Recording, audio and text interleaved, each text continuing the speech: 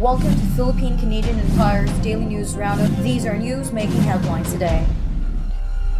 Philippines envoy to Kuwait suggests private discussion of OFW rescue operations.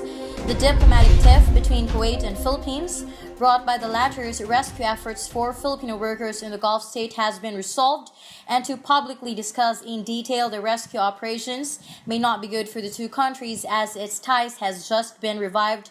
Presidential Advisor on OFW and Muslim Concerns and Special Envoy to Kuwait, Abdullah Mamao, said. Mamao requested that such a matter be discussed in an executive session after Senator Joel Villanueva opened up questions regarding the controversial video showing the rescue of the distressed Filipino workers and the Department of Foreign Affairs procedures in conducting such operations. Mamao said, quote, "We had been to Kuwait and I would suggest that this is a very sensitive issue and if we can take this up in an executive session so that we would not be opening something because the two countries actually had forgotten everything. What happened in that embassy episode are the things of the past," unquote.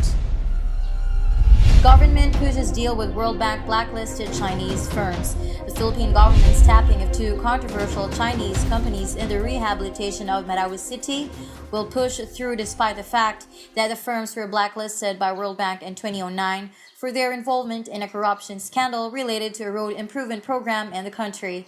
Presidential spokesperson Harry Roque said that under the Build, Operate, Transfer law, the two firms, China State Construction Engineering Corporation and China Geoengineering Corporation, would only be debarred in joining any public tender if the Philippine government itself blacklists them. The inclusion of these World Bank blacklisted firms in the Bangon Marawi Consortium drew numerous criticisms. One from the Liberal Party who said that Marawi already suffered enough and counting on Chinese contractors with questionable backgrounds to take charge of Marawi City's rehabilitation will only worsen the situation. U.S. cancels RimPac invitation to China. The United States has scratched out China from the list of participants in the 2018 Rim of the Pacific exercise, the world's largest international maritime warfare drill, due to the latter's aggressive military buildup and its recent deployment of bombers on the islands and reefs of South China Sea. Quote, "As an initial response to China's continued militarization of the South China Sea, we have disinvited the Navy from the 2018 Rim of the Pacific exercise," unquote, Pentagon spokesman Lieutenant Colonel Christopher Logan said in a statement. Logan also said that these actions of China is a violation of the promise that President Xi made to the United States and the world not to militarize the Spratly Islands.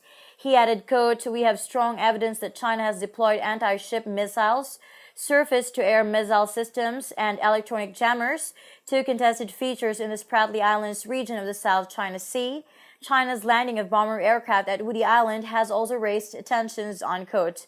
Furthermore, he said China's continued militarization of the disputed features in the South China Sea only served to raise tensions and destabilize the region.